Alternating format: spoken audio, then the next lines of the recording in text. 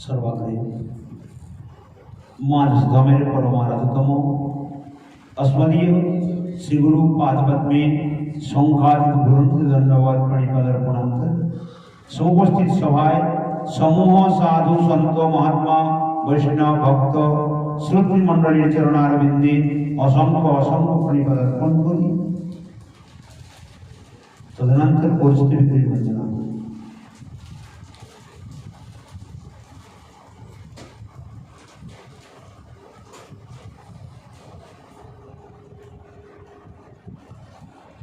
जय जय श्री राधा रमण जय जय नवल किशोर जय गोपी चित्त चोर प्रभु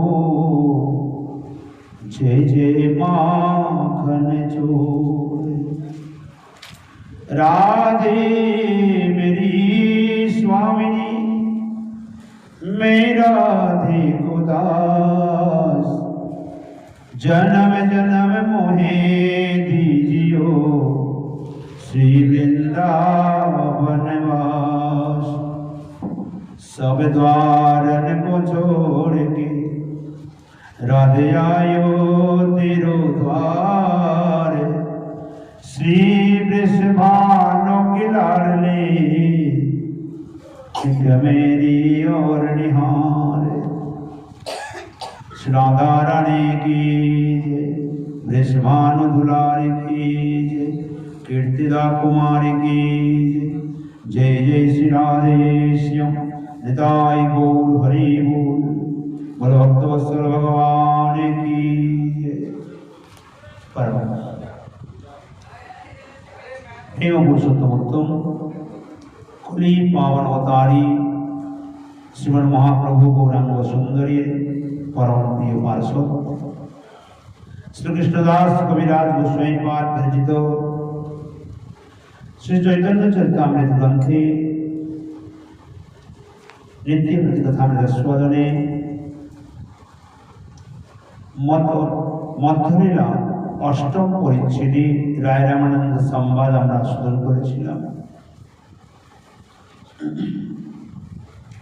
কাল শ্যামকালীন রাতে আমরা শ্রবণ করেছিলাম स्वयं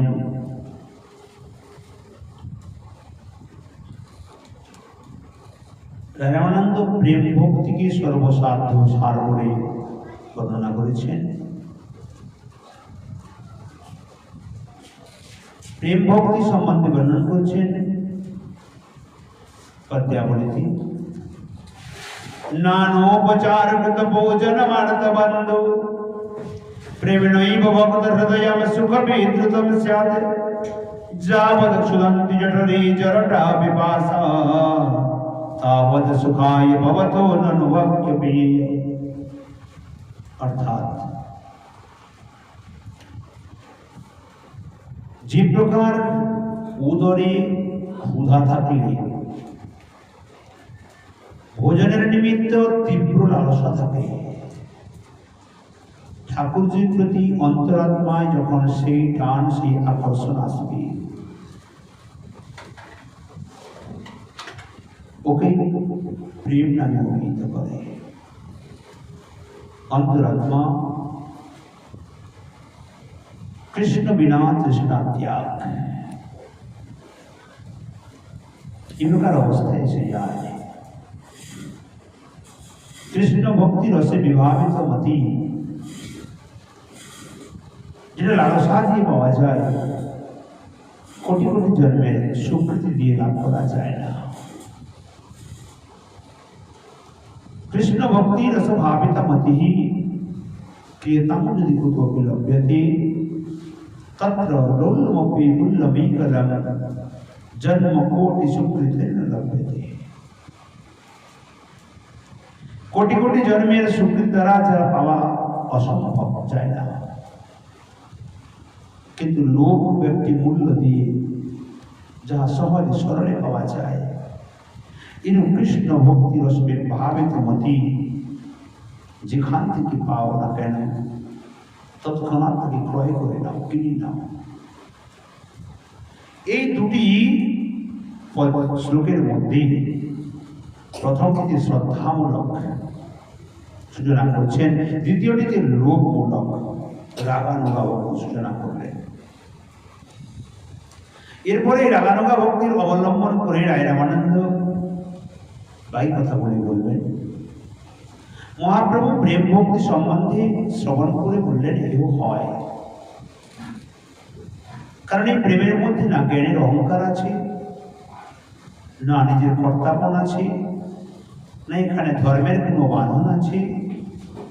এই কারণে ভক্তি এখানে নির্মল। তাই মহাপ্রভু বললেন, এও হয়, স্বীকার করলেন।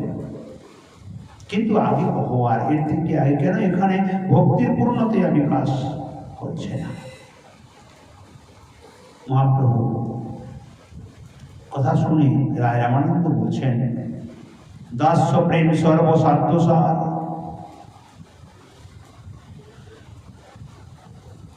এমনি প্রেম অপেক্ষা দাস্য প্রেমটি উৎকৃষ্ট, সর্বসাধ্যসার। কারণ দাস্য প্রেমে কিছু মমতা আছে, দাস্য প্রেমের মধ্যে শান্তির নিষ্ঠা আছে, কৃষ্ণ বিনা তৃষ্ণা ত্যাগ নিষ্ঠা আছে, এবং দাসের সেবা আছে, মমতাযুক্ত সেবা। শ্রীমদ্ ভাগবত বড় সুন্দর করে বললেন, জন্নামস্তি মাত্রেণ অপমান ভবতি নির্মল। শ্রীমদ্ ভাগবতে নবম স্কন্ধে পঞ্চম অধ্যায়ে 16 শ্লোকে বর্ণন করছেন, জন্নামস্তি মাত্রেণ অপমান ভবতি নির্মল তস্য তীর্থপদঃ কিংবা দাসানাম অবশিষ্যতি। অর্থাৎ যাহার নাম শ্রবণ মাত্রেই জীব নির্মল হয়, নাম শ্রবণ মাত্রেই জীব হৃদয় নির্মল হয়ে যায়, সেই তীর্থপদ ভগবানের যাহারা দাস, তাহাদের আর কি অবশিষ্ট প্রাপ্য থাকতে পারে? সে ভগবানের যারা দাস, অর্থাৎ তাদের অপ্রাপ্য আর কিচ্ছু থাকে না। শ্রীমদ্ ভাগবতে আরো সুন্দর বললেন, কিম অলভ্যম প্রসন্নম শ্রীনিকেতনে। যার প্রতি স্বয়ং গোবিন্দ সন্তুষ্ট হয়ে গেছে, এই জগতে এমন কোন বস্তু আছে সে তার অপ্রাপ্য? তার অপ্রাপ্য বলতে কিচ্ছু নেই। দ্বিতীয় শ্লোকে জামুন মুনি বিরচিত স্তোত্র রত্নে বললেন, ভবন্ত মে বানুচরণ নিরন্তর প্রশান্ত শেষ মনোরথান্তর কদাহময় কান্তিক নেত্র কিঙ্কর প্রহর সহিষ্যামি সনাত জীবিতম। এই দাস্য প্রেমকে সবাই লোভ করে, সবাই এই দাস্য প্রেমকে লোভ করে। অর্থাৎ এখানে বলছেন,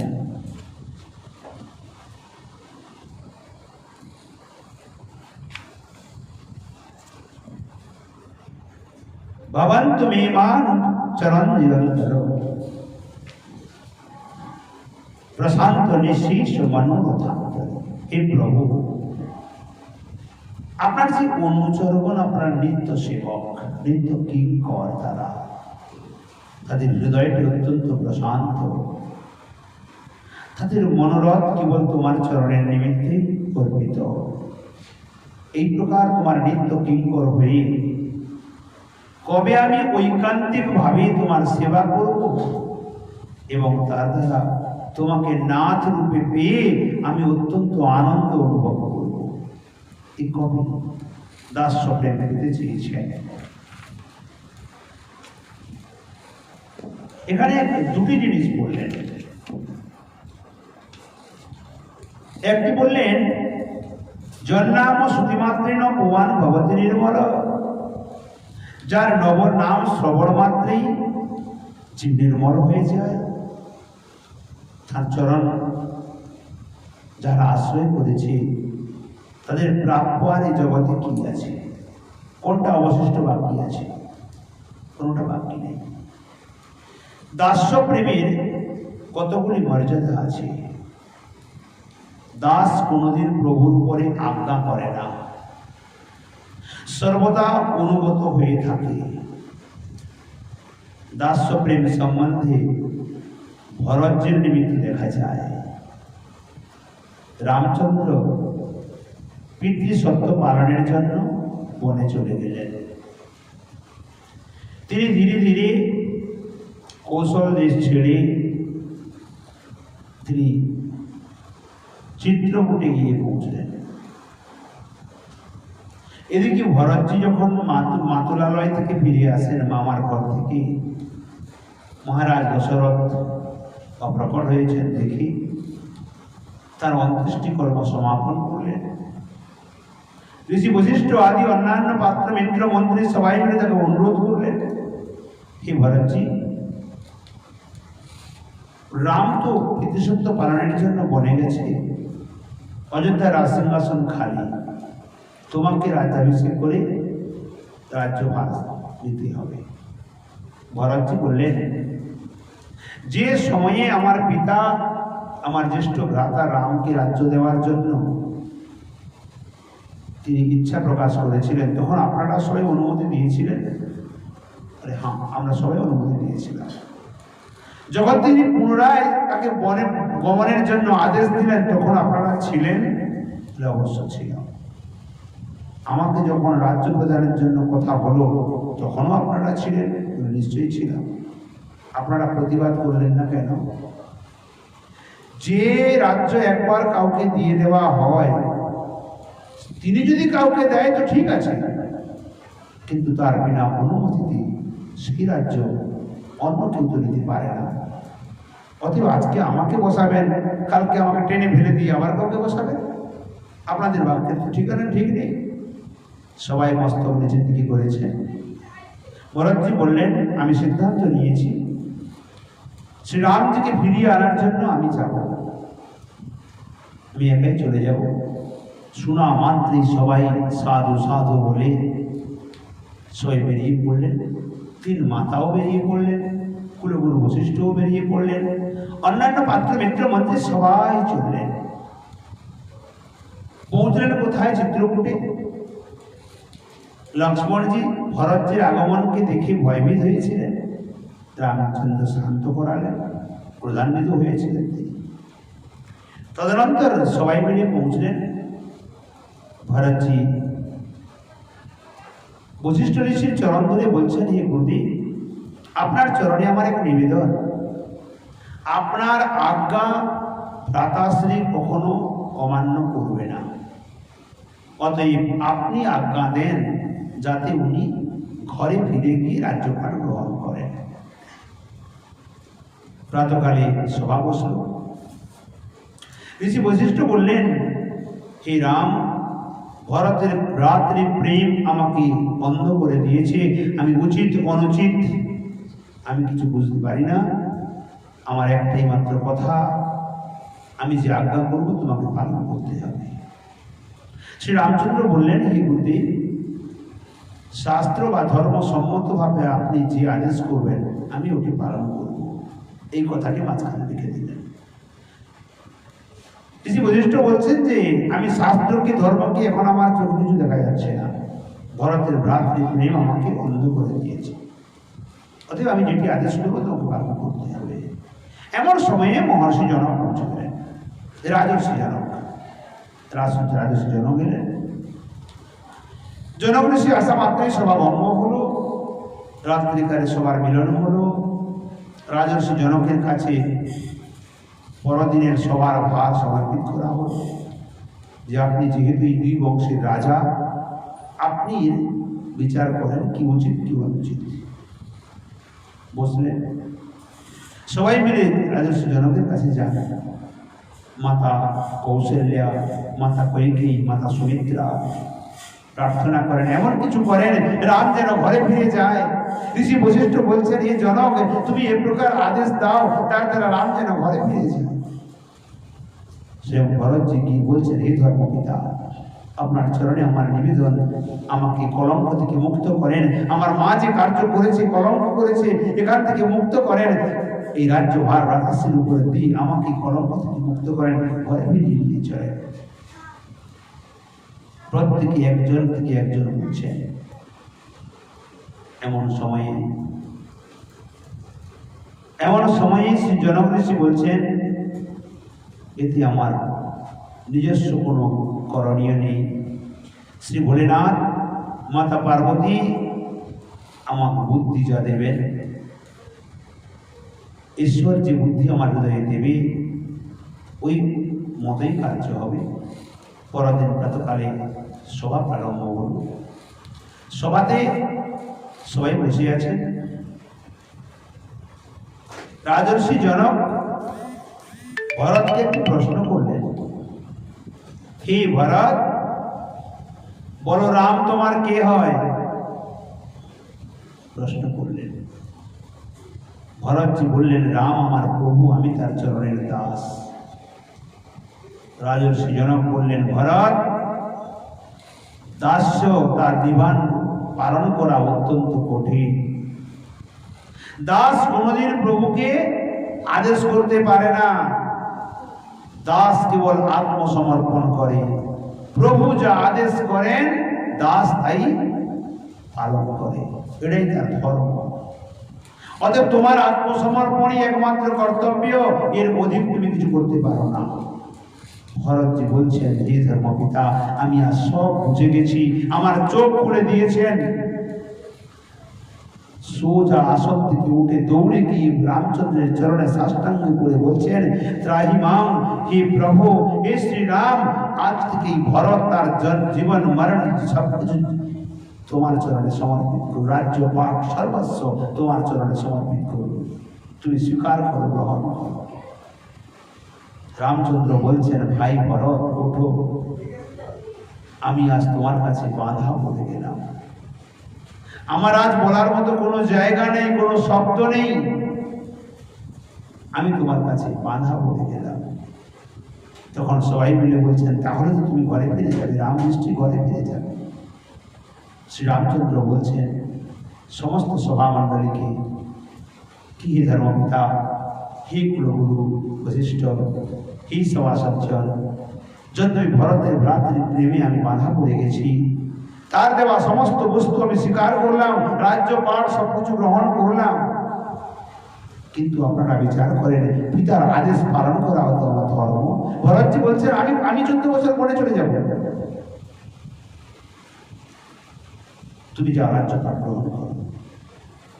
রামচন্দ্র বলছেন, ভাই ভরত, তুমি আমার দ্বিতীয় দেহ, তোমার প্রেম অতুলনীয়, তোমার নিষ্ঠা উদাহরণবিহীন। তবু পিতাশ্রী যে আদেশ দিয়ে গেছেন এ কেবল আমাকে দিয়ে গেছেন, এ তোমার প্রতি নয়। এই আদেশ কেবল আমাকে পালন করতে হবে, এ তোমার জন্য নয়। অতএব তুমি এটা পালন করতে পারো না। তুমি যাও আমার প্রতিনিধি হয়ে, আমার রাজ্যকে তুমি পালন করবে। 14 বৎসর পরে আমি এসে রাজ্যপাল আমি নিয়ে নেব। ভরতজি বললেন, আমি চেয়েও পারলাম না। এই বলে চরণ পাদুকা নিয়ে চলে গেলেন। দাসের নিয়মকে দেখো, দাস কখনো প্রভুর থেকে উচ্চ আসনে বসতে পারে না। তাই ভরতজিও উচ্চ আসনে বসলেন না। তিনি করলেন কি, তিনি জানেন যে আমার প্রভু শ্রী রামচন্দ্র মাটিতে শয়ন করে থাকে, তাই আমাকেও মাটির তলায় শয়ন করতে হবে। তিনি মাটি খুঁড়ে গুফা তৈরি করে তার মধ্যে শয়ন করতে লাগলেন। আমার প্রভু কোনো আভূষণ, রাজ আভূষণ পরিধান করেন না, সন্ন্যাস বেশে থাকেন, তাই আমাকেও সন্ন্যাস বেশে থাকতে হবে। তিনি ফলমূল কন্দমূল খেয়ে দিন কাটান। ভরতজিও 14 বৎসর পর্যন্ত কন্দমূল খেয়ে দিন কাটিয়েছেন। ফলমূল খেয়ে রাজভোগ, রাজপাট, রাজবিলাসিতা সব পরিত্যাগ করেছেন। এমনকি নিজের পত্নীকে পর্যন্ত রাজমহলে রেখে এসেছেন। মান্ডবী ভরতজির পত্নী এসে বহু প্রার্থনা করেছেন, আমি এক কুটিয়ার কোণে পড়ে থাকবো, তোমার সেবা করবো, আমাকে একটু অনুমতি দাও। ভরতজি বলছেন, শ্রী রামচন্দ্রের আজ্ঞা পালন করতে করতে আমার তো এক ক্ষণ সময় থাকবে না, তুমি আমার সেবা করবে কখন? তুমি 14 বৎসর পেরিয়ে ফিরে যাও, 14 বৎসর পরে আমি তোমার সঙ্গে সাক্ষাৎ করব। মান্ডবী ওখানেও সন্ন্যাসী হয়ে গেলেন এক প্রকার। ভরতজি 14 বৎসর পর্যন্ত আশ্রম ধর্মকে পালন করছেন। শ্রী রামচন্দ্র 14 বৎসর পরে এসে রাজ্যপাট গ্রহণ করেছেন, কিন্তু ভরতলাল সদা সর্বদা করজোড়ে দাস অভিমান রেখে তিনি সামনে দাঁড়িয়ে থাকতেন। শ্রী গোবিন্দের দাসত্ব তো সবাই চায়। এদিকে দেখি হনুমানজি দাস্যপ্রেমী সর্বদা, তিনিও সর্বদা দাস অভিমানে থাকেন। স্বয়ং সমস্ত গোপীগণ নিজেদেরকে শ্রী গোবিন্দের কিঙ্করী বলে, দাসী বলে স্বীকার করেছে। রাধারানী নিজেকে গোবিন্দের দাসী বলে প্রার্থনা করেছেন। স্বয়ং বলরামজি যিনি বড় ভাই, তিনিও পর্যন্ত দাস্য প্রেমকে চেয়েছেন। নন্দ বাবা নিজে পিতা, তিনিও পর্যন্ত কৃষ্ণের চরণে নিজের মতিকে রাখার জন্য চেয়েছেন দাস্য প্রেম। অতএব ব্রজের একটি একটি বৃক্ষলতা পর্যন্ত, পশু পক্ষী পর্যন্ত সবাই চায় দাস্য প্রেমে এত আনন্দ। একবার অদ্বৈত আচার্য নবদ্বীপে বস্ত্র খুলে ফেলে দিয়ে নৃত্য করতে করতে বলছেন, কৃষ্ণ দাস অভিমানে যে আনন্দ সিন্ধু, কোটি ব্রহ্মানন্দ নহে তার এক বিন্দু। এই দাস্য প্রেমের মধ্যে আত্মসমর্পণতা আছে, প্রেম আছে, প্রভুর সেবা আছে প্রেমের দ্বারা। যে জন্য এখানে বললেন, যার শ্রুতি মাত্রে, নাম শ্রবণ মাত্রে জীব নির্মল হয়ে যায়, তার চরণে সমর্পিত যে দাসগণ, তাদের কি অলক্ষ্য আছে? কারণ তারা কৃষ্ণ দাস এই স্বীকৃতি পেয়ে তারা সব লাভ করেছে। তদনন্তর বললেন, হে প্রভু, আমি তোমার নিত্য কিঙ্কর হয়ে কবে নিজেকে আনন্দিত মনে করব, এই কৃপা করো। এই বলে মহাপ্রভু দাস্য প্রেমকে শ্রবণ করে বলছেন, রায় এও হয় আগে কহ আর। এ রায় এটি হয় অবশ্য, আগে বলো, কারণ এতে প্রেমের বিকাশ আছে। জ্ঞান শূন্য অপেক্ষা, জ্ঞান শূন্য ভক্তি অপেক্ষা প্রেমের মধ্যে বিকাশ অধিক।